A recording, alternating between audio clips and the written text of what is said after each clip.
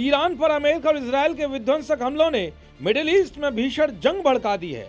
भयंकर बमबारी से ईरान के कई शहर दहल रहे हैं, जल जल कर इमारतें राख हो रही हैं, लाशों के ढेर लग रहे हैं, चारों तरफ चीख पुकार मची हुई है। ईरान को जिन मुस्लिम देशों से उम्मीद थी कि वो संकट की इस घड़ी में उसकी मदद करेंगे, लेकिन वो मदद करने के बजाय उसके साथ गद्दारी कर रहे हैं, जिससे अमेरिका और इजरायल को ताकत और मिल रही है।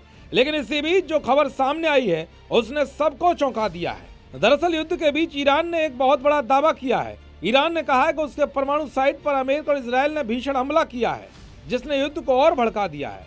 ईरान के खिलाफ यूएस और इजरायली सेना के हमले जारी रहने के बीच वियना में इंटरनेशनल एटॉमिक एनर्जी एजेंसी के बोर्ड ऑफ गवर्नेंस की इमरजेंसी मीटिंग हुई, तो वहीं अंतर्राष्ट्रीय परमाणु ऊर्जा एजेंसी के महानिदेशक ग्रोसी ने पश्चिम एशिया की सुरक्षा स्थिति पर गहरी चिंता जताई है। उन्होंने कहा है कि मौजूदा हालात में रेडियोलॉजिकल रिसाव होने की आशंका को पूरी तरह से इंकार नहीं किया जा सकता।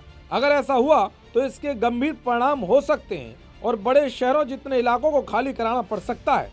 उधर ईरान ने बदले की कार्रवाई में इजरायल और खाड़ी क्षेत्र में मौजूद अमेरिकी सैन्य ठिकानों पर बड़े पैमाने पर मिसाइल और ड्रोन हमले शुरू कर दिए हैं।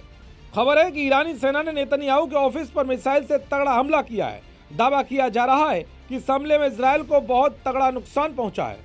साथ ही ईरान की ओर से दावा किया गया है कि हमले में इजरायल के एयर चीफ को मार गिराया है। मिडिल ईस्ट में लगातार भयानक हो रही जंग को लेकर भारत भी एक्शन में है। पीएम मोदी ने जंग पर कहा है कि वहाँ हालात चिंताजनक हैं। भारत अपने नागरिकों को सुरक्षित निकालेगा। हम बातचीत से समस्या का समाधान निकालने के पक्ष में हैं।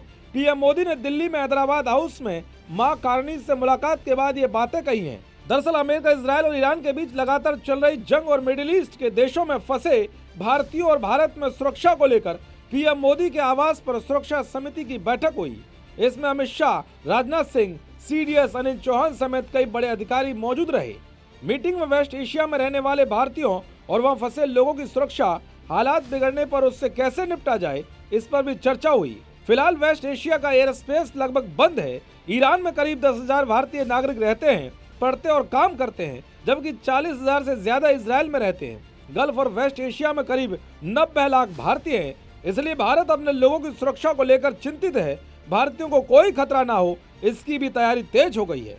युधिष्ठिर उपाध्याय की रिपोर्ट, जी मीडिया।